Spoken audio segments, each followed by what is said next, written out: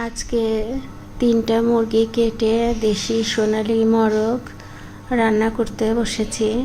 তো আলহামদুলিল্লাহ আমি যে কোনো তরকারিতেই মশলা একটু কমই দিয়ে থাকি, পেঁয়াজও কম দিয়ে থাকি।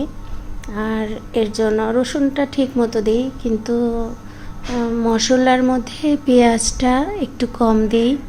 আর মানে তরকারিটা অনেক গ্রেভি করি না, জাস্ট মানে পাতলা একটা ঝোল থাকে এরকম।